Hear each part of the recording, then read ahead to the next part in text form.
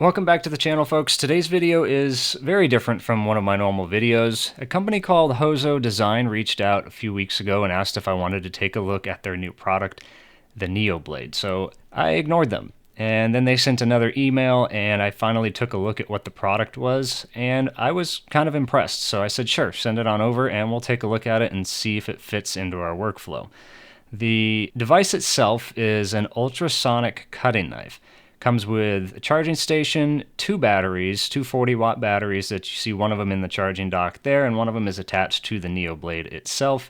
Now also inside of the box are 6 different styles of blades. They're almost like little X-Acto blades, and some are meant for thicker materials. One is a general purpose, and they do also include a big box of those general purpose blades. And I didn't really think this thing was powered on like you're seeing right now. As I go to use it, I realize, oh, this thing's powered on. It's just really quiet. Now, one of the main reasons that I said, sure, I'll take the knife and I'll see what it's about is what you're watching right now. This is a rubber-like grip material that I purchased on Amazon for the push sticks that you see on the screen right now. And it's to help people keep a grip on the wood and material they're pushing through the table saw. So I lined up 2 of the push sticks and got out a straight edge so I could mark where I needed to cut for the length of this material, and then I figured I'd put the NeoBlade to use. Now you see that little razor blade on the screen there. I tried it with that blade, and it takes like 5-6 different passes to actually get it to cut through this material cleanly. Kind of wanted to tear. So when I used the NeoBlade at first, I was pleasantly surprised that it was one quick pass, and it separated it without any sort of hassle at all. What you're watching now is me lining it up to get kind of the right width for the piece that I need for the push sticks. And you can't hear it right now, but as I'm cutting it, it is kind of making a high-pitched, I won't call it a whine, but it's a high-pitched noise that I'm just going to refer to as the ultrasonic noise. Now, it's not overbearing like one might think. It's pretty quiet, but it's noticeable to the point like when I'm rubbing it up against the side of that straight edge there, it is making that sort of noise.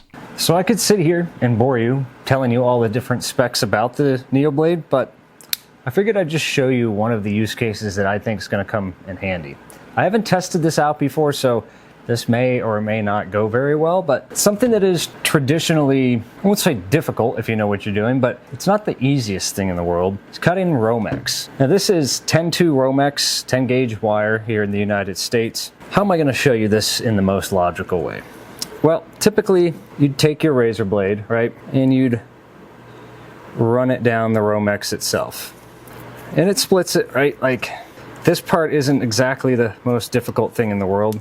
It's a fairly straightforward, easy process. But you saw what this just did. It wasn't a very hard process.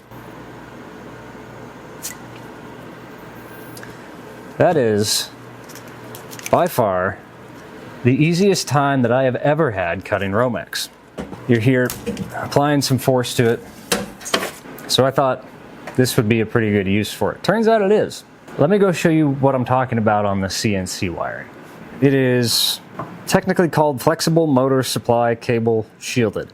VFD cable, or variable frequency drive, which is what powers the 3-phase spindle that's on the CNC machine. As you might be able to see, this stuff is super thick. So it's got 3 wires here and then this braided ground wire that wraps around it. And then inside there's 2 layers of like an aluminum foil wrapping to help protect against any electromagnetic interference that's coming through this, because it just happens. This is the most difficult wire that I've ever worked with. This razor blade isn't a very good example because it sucks. But it's some pretty tough stuff. You can see it's got that braided shield on the inside of it. What's more difficult though is when you're trying to cut around it. Now, there are more difficult cables to cut. For instance, main power feeding wire to your house. That stuff's a royal pain in the butt to cut too, but I'm not gonna go cutting into the main power wire. This had to be rewired anyway for when I move it out into the shop because the shielding really needs to come up as far as it can. Again, I haven't tried this, but I wanna see how well it works. And I can already feel myself cutting into the braided part down below. Just to show you what's inside. I mean, you're not going to cut through that with the NeoBlade itself. At least I don't think. Oh yeah, okay. So theoretically you could cut through some of the braiding. Like I said though, the biggest pain in the butt is actually cutting this particular part of the wire. Let's just see what it takes with this. Oh, okay.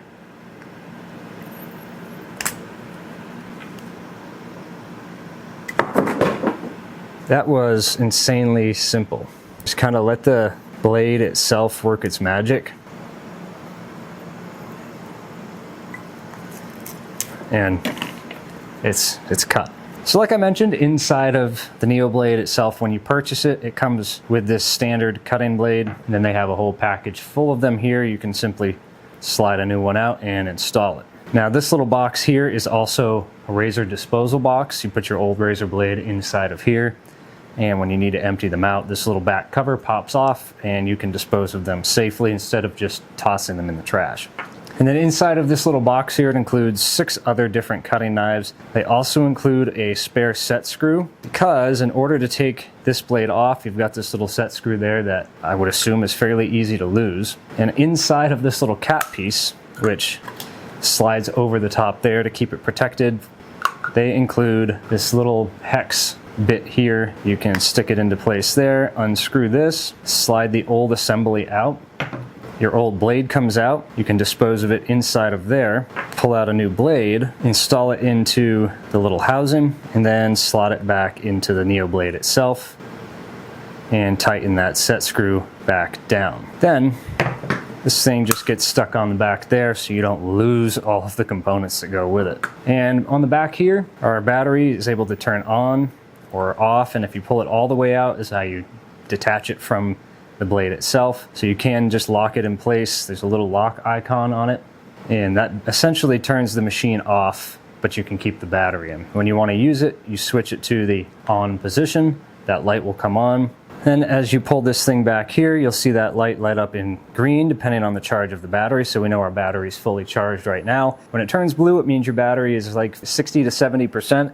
And then as it drops down towards 30 or 40%, that'll turn red, letting you know it's probably time to recharge. As I mentioned before, it's got a charging dock here. You've got room to charge one battery there. And then the NeoBlade has these 2 little metal prongs on it that when you insert it into there, it will start charging the battery that's inside of the device. I don't have it plugged in at the moment, but you've got a battery charge down here for this battery, and then this top bar here is what your NeoBlade battery itself is charged to. And this is just powered through a single USB-C type charger. When it's fully charged and you're done using it, you can slide the cap over it, and that's ready to go pretty much in a small form factor. I always tend to just keep the battery that's charged inside of it. That is essentially the NeoBlade, but I'm not done. This is TPU. You can see from its flexible properties here that it's TPU. But as you can see, these support materials, they're not exactly the easiest thing to get off. So it got me thinking, could this also be used for taking support material off? I'm just going to come in from the bottom here and start slicing the bottom of those supports. Then I can do the same thing up top there, and those pretty much just break off. And those are gone, and a nice clean result from it too. So this thing is also capable of cutting plexiglass. So the knife itself does heat up as it's cutting, but that was impressively easy. Now with something this thick, it will take a couple passes, but it cuts plexiglass, acrylic, whatever you want to call it. Now it's also advertised to be able to cut wood. I figured I'll show it to you, cutting wood. This is 1/8 inch plywood. Again, it's wood, so it takes a minute. And we didn't quite get all the way through on this side. Nice clean cut. If you had little pieces of wood that you needed to cut for one reason or another, it works pretty well, especially going with the grain. You can probably hear the ultrasonic noise as it's cutting through there.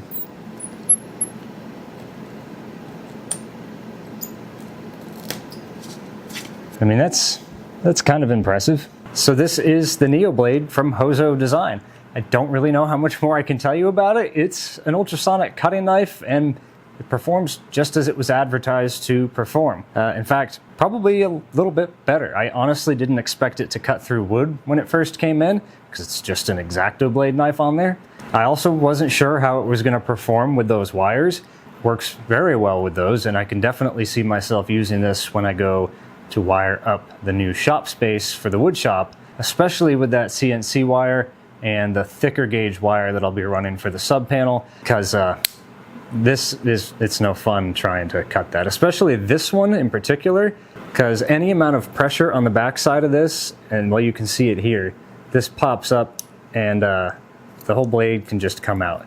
And that happens almost every time I go to cut with this. So I'll definitely be using this when I go to do some of the wiring. Laugh at me all you want.